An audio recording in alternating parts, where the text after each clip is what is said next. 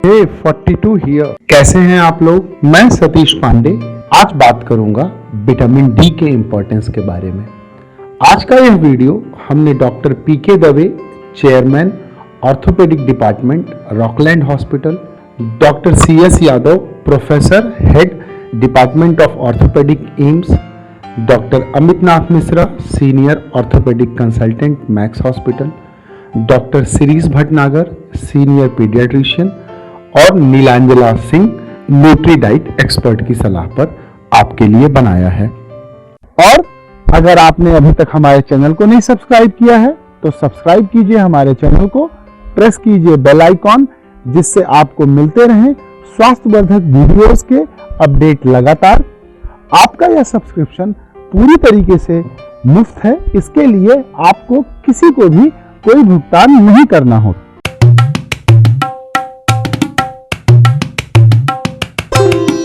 आज के इस वीडियो में आप जान पाएंगे कि विटामिन डी की कितनी खुराक हमारे लिए जरूरी है, एक्सेस विटामिन डी हमें क्या नुकसान पहुंचा सकता है और विटामिन डी हमारे लिए क्यों जरूरी है।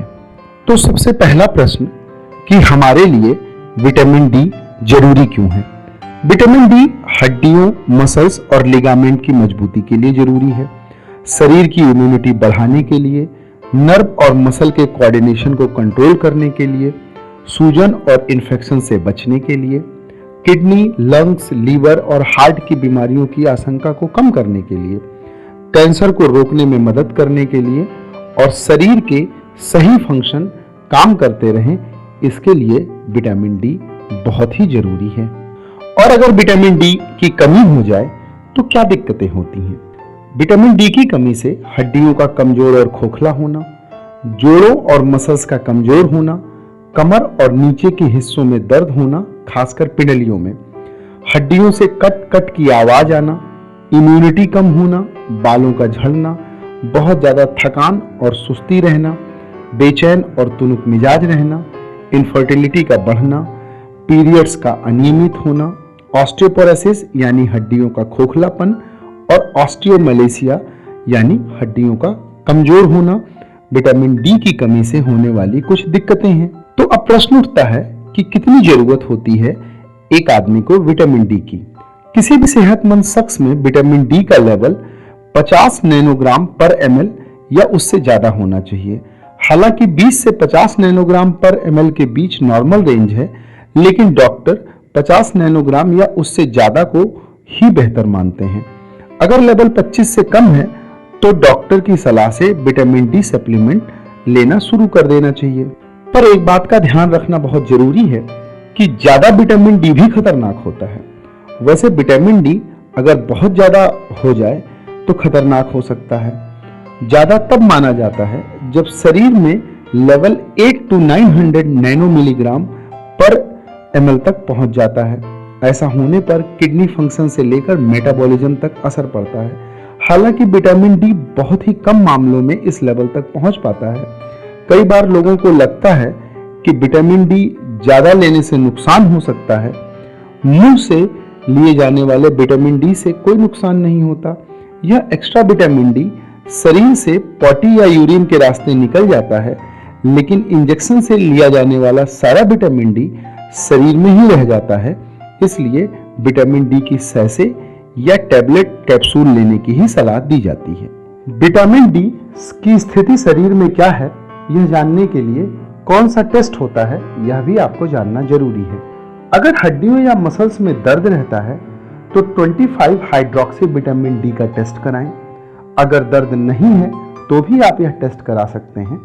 अगर लेवल काफी कम निकलता है तो 6 महीने या साल भर बाद आप अपने डॉक्टर की सलाह पर दोबारा टेस्ट करा सकते हैं। और अगर आपके टेस्ट की रिपोर्ट में आता है कि आपको विटामिन डी की कमी है तो आपका इलाज शुरू होगा। विटामिन डी की कमी पूरी करने के लिए बच्चों को एक बार में 6 लाख आयु यानी इंटरनेशनल यूनिट दी जाती है। कई बार इंजेक्शन के जरिए भी विटामिन डी दिया जाता है। फिर नॉर्मल रेंज आने तक एक महीने हर हफ्ते 60,000 यूनिट और फिर हर महीने 60,000 यूनिट दी जाती है, जो कि ओरली दी जाती है। बड़ों में पहले 3 महीने हर हफ्ते 60,000 यूनिट दी जाती है और फिर हर महीने एक बार 60,000 यूनिट का सैसे दिया जाता है। अगर धूप में नहीं निकलते तो 20 से 25 साल की उम्र के बाद हर महीने एक सैसे लेना आपके लिए फायदेमंद होगा। और आप यह सैसे कब लें यह भी आप जान लें तो आपके लिए बेहतर होगा। विटामिन डी की खुराक यूं तो खाली पेट या भरे पेट कभी भी ले सकते हैं, लेकिन अगर डिनर के बाद आप इसे लें तो यह आपके लिए काफ़ी बेहतर है। कई सारे लोगों को लगता है कि विटामिन डी हमें धूप से मिलता है और हम धूप से बचने के लिए सनस्क्रीन लगाएं या ना लगाएं, तो आइए हम इसी उलझन को सुलझाते हैं। अक्सर लोग घर से बाहर निकलते हुए सनस्क्रीन लगाते ही हैं। सनस्क्रीन सूरज की किरणों को ब्लॉक करता है और शरीर को धूप नहीं मिल पाती। कुछ एक्सपर्ट मानते हैं कि सनस्क्रीन नहीं लगाना चाहिए क्योंकि यह धूप को रोकता है, जबकि दूसरे एक्सपर्ट कहते हैं सनस्क्रीन ना लगाने से स्किन के नुकसान की आशंका बनी रहती है। ऐसे में बेहतर है सनस्क्रीन लगाना जारी रखें, लेकिन विटामिन डी पाने के लिए अलग से धूप में बैठने का समय आप तय कर लें तो यह आपके लिए बहुत ही अच्छा होगा। आइए अब हम आपको बताते हैं कि बच्चों के लिए कितना जरूरी है विटामिन डी। ज्यादातर एक्सपर्ट मानते हैं कि अगर आप टेस्ट कराएं या ना कराएं, डॉक्टर की सलाह के बिना भी हर किसी को विटामिन डी की डोज लेनी चाहिए, क्योंकि इसकी पूर्ति खाने से तो हो नहीं पाती। ज़्यादातर लोगों में इसकी कमी होती है। महीने में एक बार सैसे लेने से कोई नुकसान नहीं होता। एक सैसे महीने भर की विटामिन डी का कोटा पूरा कर देता है। जहाँ तक बच्चों की बात है तो अगर 50 किलो से ज़्यादा वजन के बच्चे हैं तो उनको एडल्ट के मुताबिक ही डोज दी जाएगी, लेकिन छोटे बच्चों को डॉक्टर की सलाह पर ही डोज दी जानी चाहिए। इंटरनेशनल गाइडलाइंस के मुताबिक बच्चे को जन्म से लेकर 12 महीने तक का होने तक रोजाना 4000 यूनिट विटामिन डी दी जानी चाहिए। इसके लिए माँ को विटामिन डी लेने की सलाह दी जाती है ताकि दूध के जरिए यह बच्चे तक पहुँच सके। अगर माँ बच्चे को दूध नहीं पिलाती तो डॉक्टर बच्चे के लिए विटामिन डी का सिरप लिख देते हैं। उम्र बढ़ने पर बच्चे में विटामिन डी की जरूरत बढ़ जाती है। वैसे एक्सपर्ट का मानना है कि बच्चों को रोजाना 1 घंटे धूप में खेलने के लिए प्रेरित करना चाहिए। इस दौरान बच्चे का शरीर कुछ खुला हो ताकि उसे पर्याप्त विटामिन डी मिल सके। अगर फिर भी बच्चा धूप में ज़्यादा नहीं खेलता तो उसे विटामिन डी का सैसे दे सकते हैं, लेकिन पहले आपको इसके लिए डॉक्टर से पूछ लेना चाहिए अथवा टेस्ट कराकर बच्चे के शरीर में विटामिन डी के लेवल की जानकारी ले लेनी चाहिए। आइए अब बात करते हैं कि क्या करें जिससे आपके शरीर में विटामिन डी की कमी ना होने पाए। सबसे पहला काम जो आपको करना है वो है धूप सेकना, क्योंकि धूप है विटामिन डी का कुदरती जरिया। विटामिन डी का सबसे बड़ा सोर्स सूरज की रोशनी है। विटामिन डी पाने के लिए आप धूप में बैठें। खासियत यह है कि एक बार शरीर में जाने के बाद विटामिन डी लीवर में स्टोर हो जाता है और फिर धीरे धीरे लीवर जरूरत के मुताबिक इसे ब्लड में रिलीज कर देता है। ऐसा रोजाना करने से आपको विटामिन डी की एप्रोप्रिएट क्वांटिटी मिल जाएगी। अगर आप हफ्ते में 1 या 2 दिन और महीने में कुल 4 या 5 दिन और साल भर में औसतन 45 से 50 दिन 45 मिनट के लिए धूप में निकलते या बैठते हैं तो काफ़ी हद तक विटामिन डी की आपकी ज़रूरत पूरी हो जाएगी। लेकिन ध्यान रखें इस दौरान शरीर को कम से कम 80 से 85% तक खुला रखें। वैसे जब सूरज की किरणें बहुत तेज हों तब विटामिन डी भी ज़्यादा मिलता है, लेकिन उस वक्त अल्ट्रावायलेट किरणों से शरीर को होने वाले संभावित नुकसान को ध्यान में रखते हुए सुबह या शाम की धूप में बैठना ही बेहतर है। यूँ भी दिन की धूप में बैठना प्रैक्टिकली मुमकिन नहीं है। ऐसे में गर्मियों में सुबह 8 बजे से 10 बजे और शाम को 4 से 6 बजे, और सर्दियों में सुबह 9 से 12 बजे और शाम को 3 से 5 बजे का बीच का समय आप चुन सकते हैं। अगर शरीर को खुला रखें तो यह बेहतर है। आप खुद को किसी नियम में बांधने की बजाय सोच लें कि जब तक मुमकिन होगा धूप में निकलेंगे या बैठेंगे तो शरीर को विटामिन डी मिलता रहेगा। और कई बार जन्म से ही विटामिन डी की कमी होती है। इस बीमारी को रिकेट्स कहते हैं और इन बच्चों के पैर टेढ़े मेढ़े हो जाते हैं। हालांकि यह बीमारी काफ़ी कम होती है, लेकिन फिर भी अगर किसी को यह बीमारी आपकी जानकारी में हो रही है तो उसको डॉक्टर से संपर्क करने की आप सलाह दे सकते हैं। और विटामिन डी पाने का जो दूसरा जरिया है वह है आपकी diet. Actually vitamin D fat में घुलने वाला विटामिन है। यह शरीर में अच्छी तरह तभी एब्जॉर्ब हो पाता है जब इसके लिए हमें हेल्दी फैट्स जैसे ड्राई फ्रूट, कम फैट वाले डेयरी प्रोडक्ट्स, चीज़ आदि लेते रहें। मछली, मशरूम, अंडे और मीट में विटामिन काफ़ी पाया जाता है। हालांकि यह इतना नहीं होता कि आपकी शरीर की ज़रूरत को पूरा कर सके, फिर भी काफ़ी मात्रा में विटामिन डी की ज़रूरत आपकी इन चीज़ों को इस्तेमाल करने से पूरी हो जाती है। और तीसरी चीज़ है एक्सरसाइज है बहुत ज़रूरी।